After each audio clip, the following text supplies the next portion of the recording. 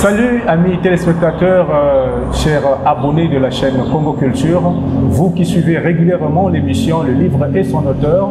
Aujourd'hui, Benka revient à vous pour un autre rendez-vous et nous allons recevoir dans le cadre de cette émission Ulrich Z de Dieu. Il s'agit de Bakoumissa Ngwani, de son nom de famille, un écrivain, auteur congolais qui est déjà lauréat de plusieurs prix et qui va aujourd'hui nous présenter son ouvrage. Son ouvrage qu'il a choisi pour aujourd'hui, c'est Écho des sueurs fragiles. C'est donc cet ouvrage que Z Ulrich de Dieu, alias Bakoumissa Ngwani, va nous présenter autour de l'émission Le Livre et son auteur. En tout cas, je ne vous en dis pas long. Avec moi sur ce plateau, dans le cadre de l'émission Le Livre et son auteur, Bakoumissa Ngwani, alias Z Ulrich de Dieu. Alors, bonjour Z Ulrich de Dieu, c'est bien cela? Oui, bonjour Benka.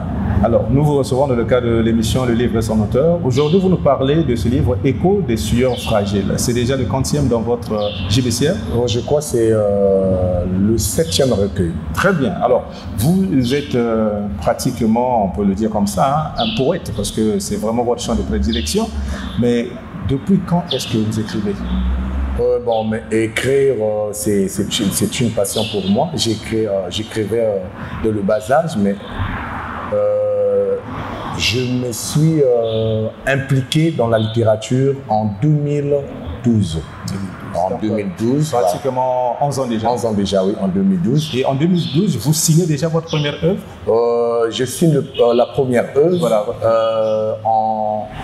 En 2014, non 2019 avec Renaissance africaine. Très bien. Et c'est déjà quoi le... Et le livre s'intitulait à peine... C'était deux livres au même moment. Voilà. Et ce sont des livres que je dénomme aujourd'hui comme mes jumeaux, parce que l'autre s'intitule Vent aux 4 saisons. Et l'autre qui suivait Vent aux 4 saisons s'intitule Le Pas du vent.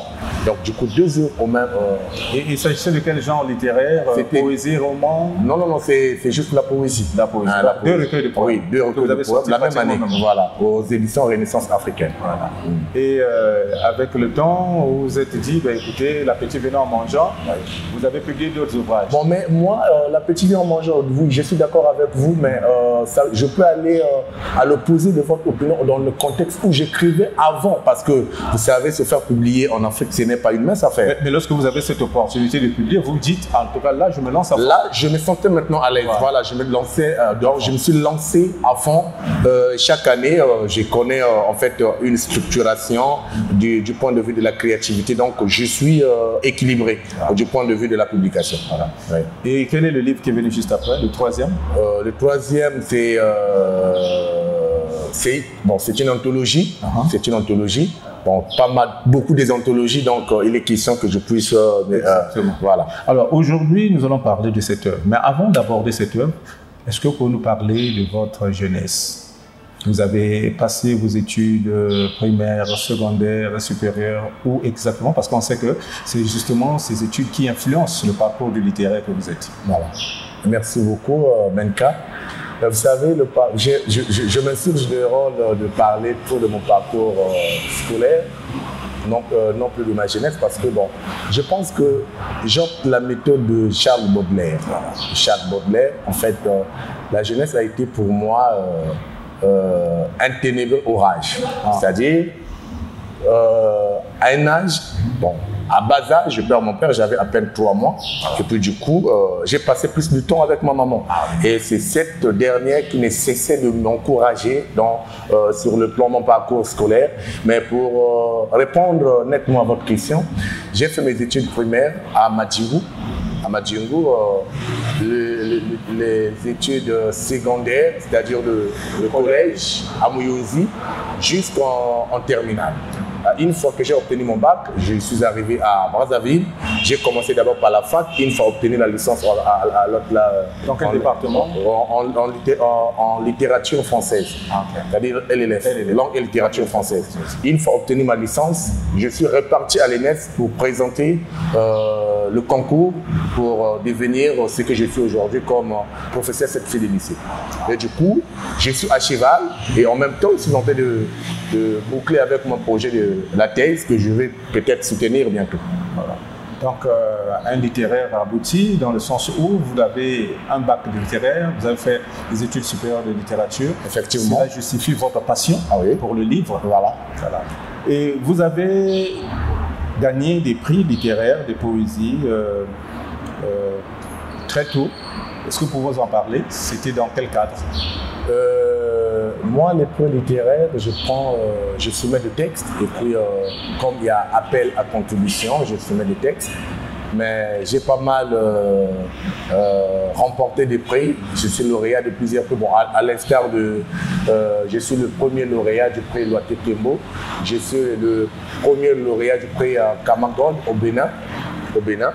Et je suis également lauréat du prix SM Plume de l'autre là, du coordonnateur Adjagou, coordonné par le président ou l'éditeur de la maison d'édition SM Plume. Donc je suis l'ambassadeur ou le représentant au Congo-Brazzaville.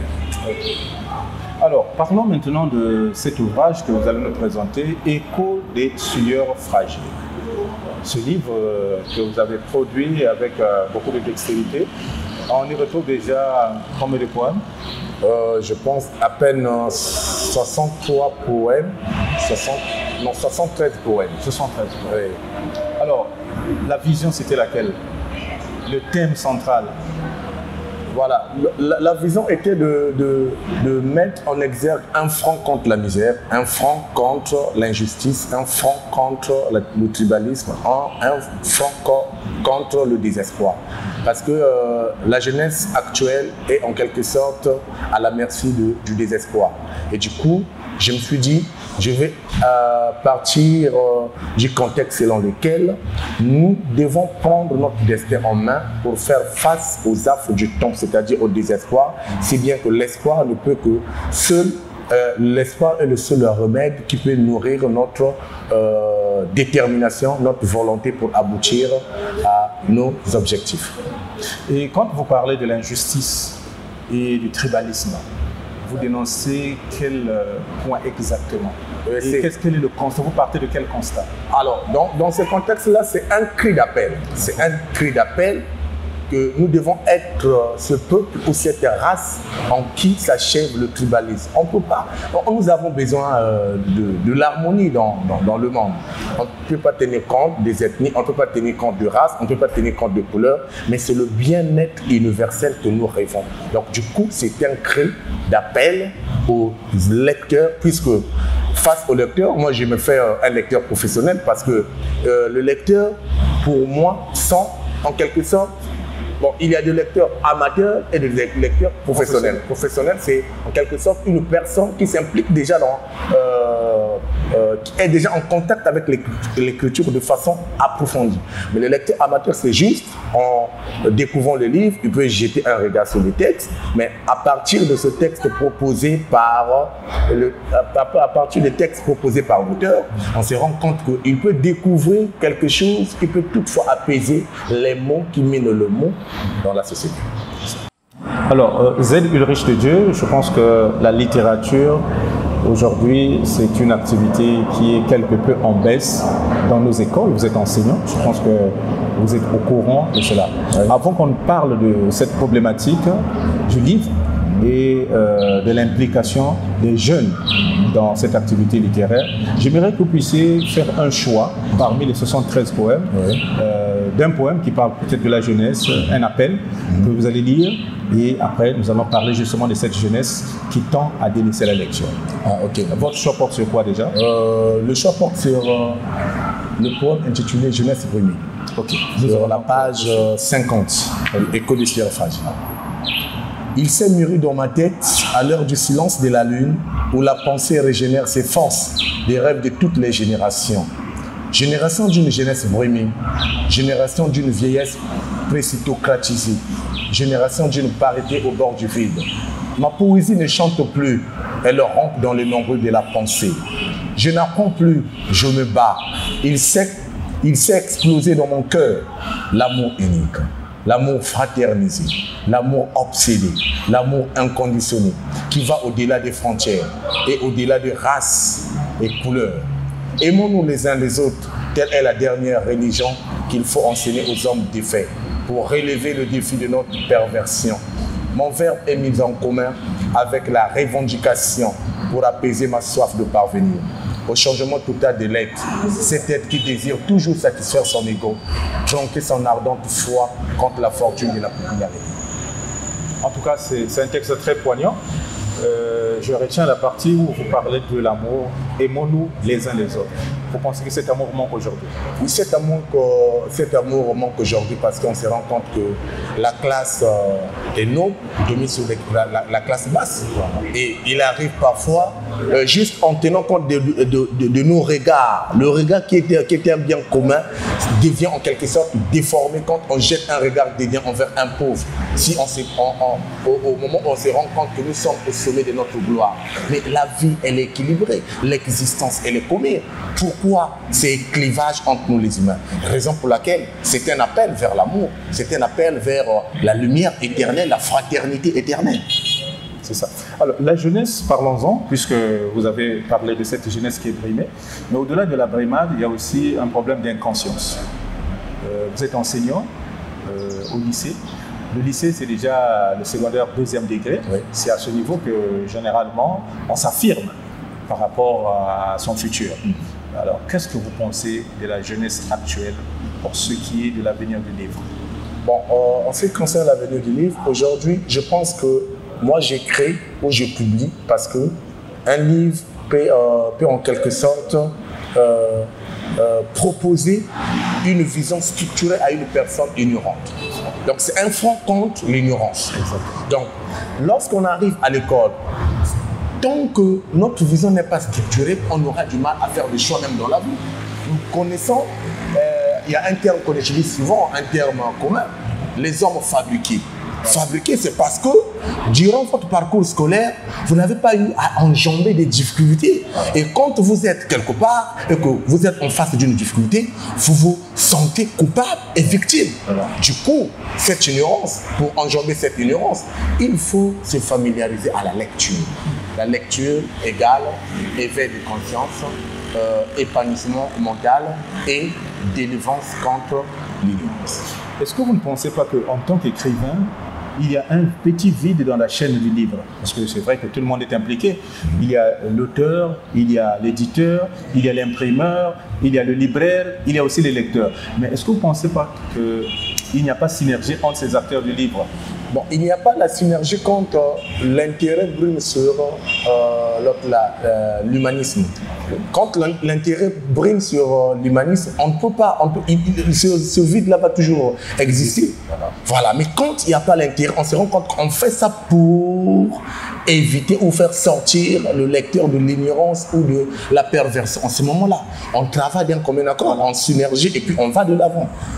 Et vous qui êtes vraiment impliqué dans ce domaine, vous ne vous êtes pas arrêté seulement à écrire et à enseigner, mais vous êtes aussi devenu un organisateur d'événements culturels, notamment des prix littéraires que vous organisez depuis quelques années. Ça fait combien de temps et c'est quoi déjà? Voilà, le prix littéraire, on a jugé bon de créer le prix littéraire Plume Arset pour promouvoir les jeunes talentueux. Et c'est dans quel cadre que vous avez créé ça? En tant qu'association? Non, c'est bon, en tant qu'association, parce qu'il y a de masterclass, on va mettre la formation en écriture et puis voilà. Mais il y a toujours un parrain dans tout ça. Donc chaque édition, vous choisissez un parrain. Un parrain, voilà. Donc chaque édition. Il y a déjà eu combien d'éditions? Deux éditions déjà, parce que la première édition, c'était Ferro Longasaki, qui est aussi l'honorable député, voilà, et aussi ministre responsable, voilà, qui était notre parrain. Et la première édition, c'était avec lui, et la deuxième édition, c'était avec le poète Gaëtan Ngoua, qui est aussi un grand écrivain congolais. Et vous envisagez déjà la troisième édition avec lui? Oui, la troisième édition, parce que chez nous, le comité de lecture de Plume Arset fonctionne à partir de la sélection des œuvres. Les auteurs déposent les œuvres et puis ils vont procéder par la lecture. Et puis une fois que la plume est alléchante, la plume est vraiment propose des visions croisées, en ce moment-là, le nom de l'édition suivante, ça va porter sur sa casquette. Alors, vous êtes enseignant. Dans les différentes écoles où vous passez, vous organisez quelques activités. Par exemple, dernièrement, on vous a vu en Congo, dans une école où vous avez organisé une activité. C'était quoi déjà? C'était la journée internationale du livre. Et puis on a parlé aussi des codes de sueur fragile, je crois bien. C'est passé dans les médias congolais. Voilà, si vous avez bonne mémoire. Et puis, en fait, ça, c'est juste pour éveiller la conscience des élèves. Par exemple, laquelle même aujourd'hui, nous avons une conférence débat portant sur le roman.